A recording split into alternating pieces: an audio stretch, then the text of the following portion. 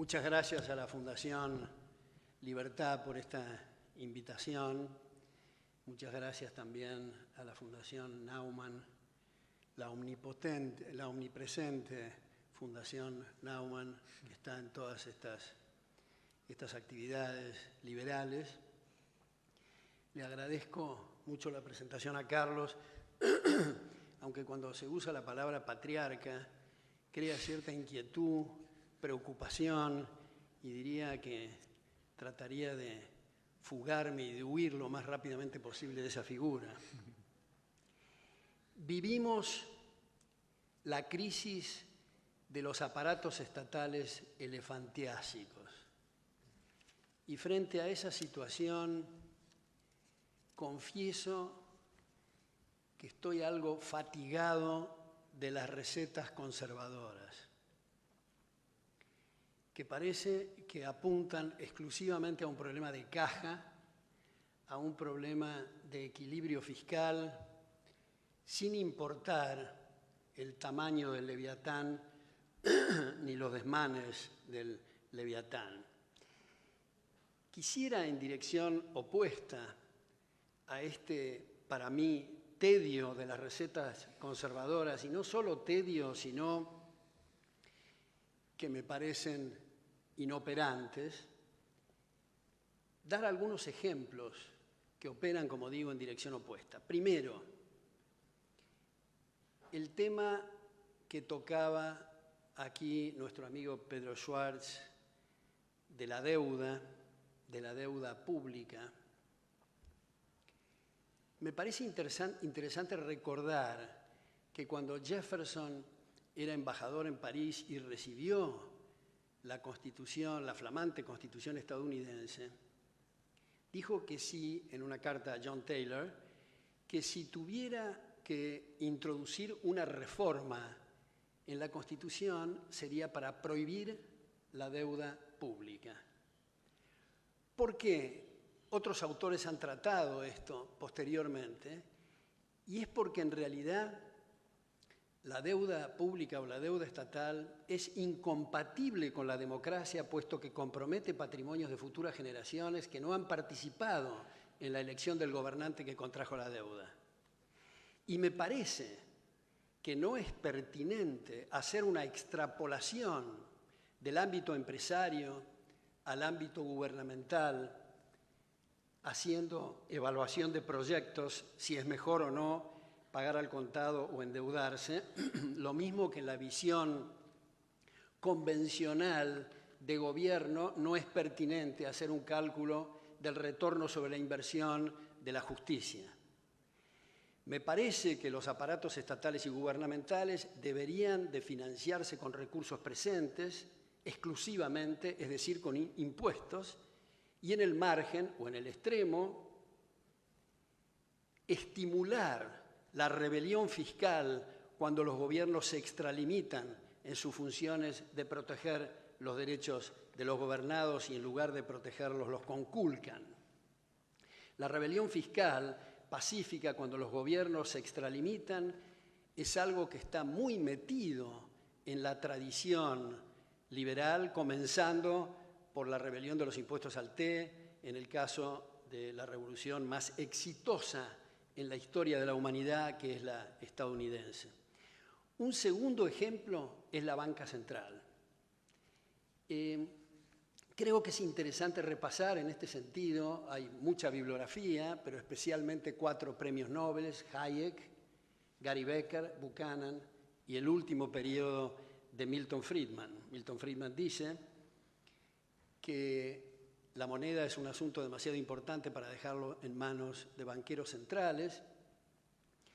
Y en un libro, eso es en Monetary Mischiefs, en un libro traducido al castellano con Moneda y Desarrollo Económico, dice que todo el problema monetario y el problema de inflación empieza con la creación de la banca central. Ahora, tomo un minuto para tratar de fundamentar esto. El banquero central puede decidir solo entre 3 caminos, que son, primero, a qué tasa expandir, segundo, a qué tasa contraer y tercero, dejar inalterada la base monetaria. Cualquiera de estas tres variantes, cualquiera de estos tres caminos altera los precios relativos como consecuencia de la decisión política, y es irrelevante que la banca central sea independiente de los dictados del secretario del Tesoro o de los dictados del Parlamento o del presidente. Distorsionar los únicos indicadores que tiene el mercado para operar, y por lo tanto va a haber consumo de capital y por lo tanto disminución de salarios e ingresos en términos reales. Tercer ejemplo es el Ministerio de Economía.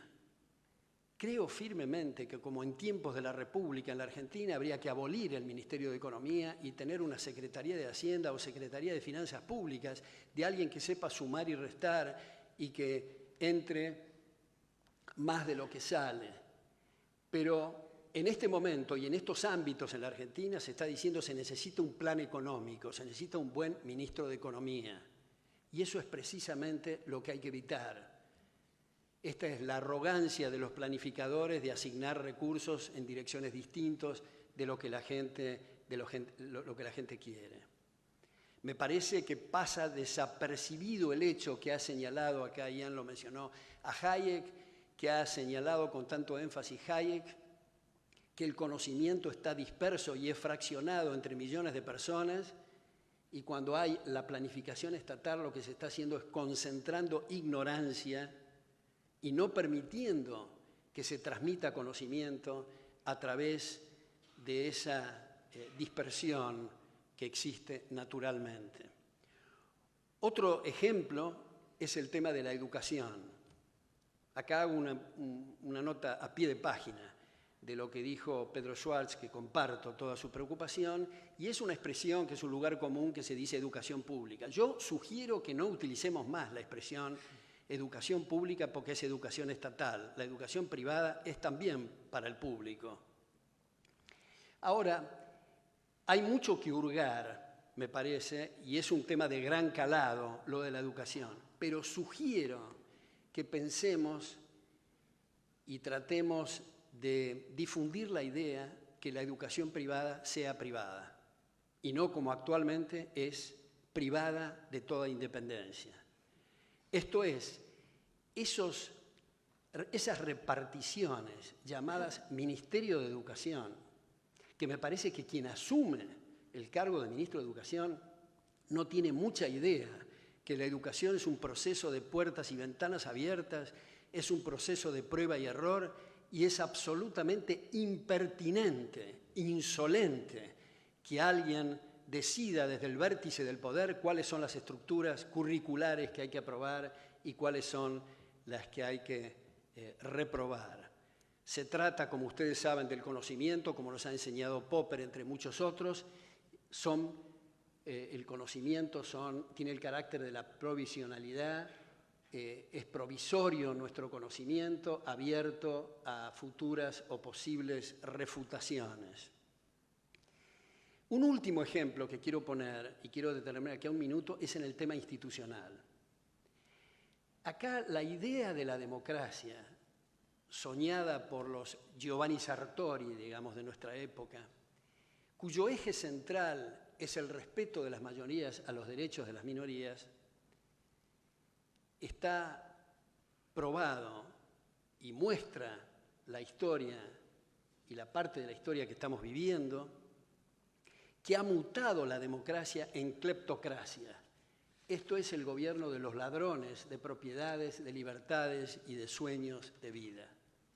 Entonces, como no hay ningún liberal que jamás haya dicho que estamos en una instancia final, estamos siempre en tránsito, estamos siempre aprendiendo en un proceso de aprendizaje, tenemos que usar las neuronas para ver qué forma se puede adicional para maniatar al Leviatán, porque este no es un problema solamente de Venezuela con sus pajaritos que iluminan al dictador de turno, o Nicaragua, o Bolivia, o lamentablemente la Argentina, para no hablar de la fantochada cubana. Es un problema de Europa, es un problema de Estados Unidos, que ha dado la espalda a los principios rectores de los sabios padres fundadores. Acá paso un aviso para decir que está la segunda edición de mi libro Estados Unidos contra Estados Unidos, con prefacio de Álvaro Vargas Llosa y prólogo de Carlos Rodríguez Brown, donde desarrollo este tema. Donde en Estados Unidos se ha financiado con bailouts. Una de las cosas, me parece a mí, más inmorales de la última parte de la historia económica, se ha financiado a empresarios ineptos e irresponsables con los recursos de gente que no tiene poder de lobby, con gente que trabaja y que coactivamente es financiado, es obligado a financiar con el fruto de su trabajo a estos empresarios irresponsables. Entonces, Hayek, en las 12 primeras líneas de la primera edición en 1973 de Law, Legislation and Liberty, en las 12 primeras líneas del primer tomo, dice que los esfuerzos liberales hasta el momento para contener los abusos del poder han sido un completo fracaso. Por eso es que en el tercer tomo sugiere poner bridas y poner límites al poder legislativo. Giovanni Sartori lo ha hecho con el poder judicial, en La libertad y la ley. Y Montesquieu, estamos hablando del siglo XVIII, en el segundo capítulo de la segunda sección del Espíritu de las Leyes, dice, y esto hay que prestar especial atención, que es inherente a la democracia elegir a los gobernantes por sorteo. Ahora, uno puede pensar que esto es algo extremo, esto es algo muy fantasioso, pero si uno presta atención al tema de los incentivos que nos ha enseñado Douglass North, que nos ha enseñado Ronald Coase, que nos ha enseñado Harold Dempsey, si es un tema de incentivos y nosotros en este cuarto decimos que las próximas elecciones van a ser el Poder Ejecutivo por sorteo, vamos a dejar de contarnos anécdotas irrelevantes respecto de los candidatos, de las personas, de sus vidas íntimas y eventualmente sexuales, para concentrarnos en limitar el poder para proteger nuestras vidas y nuestras haciendas. Y esto es exactamente lo que se necesita. Como Popper ha dicho, la pregunta de Platón respecto de quién debe gobernar está mal formulada. El tema no es la persona, sino las instituciones, para, y cito textualmente lo que dice Popper, que el gobierno haga el menor daño posible. Ahora, si esto no les parece lo que dice Hayek, o lo que dice Sartori, o lo que dice Montesquieu, pensemos en otras cosas, pero como decía Einstein, no esperemos resultados distintos con las mismas recetas. Tenemos que avanzar en nuevos límites del poder y no esperar milagros. Ahora, me parece, para terminar, que el tema central, y esto de luego no es una cosa original mía, es la educación.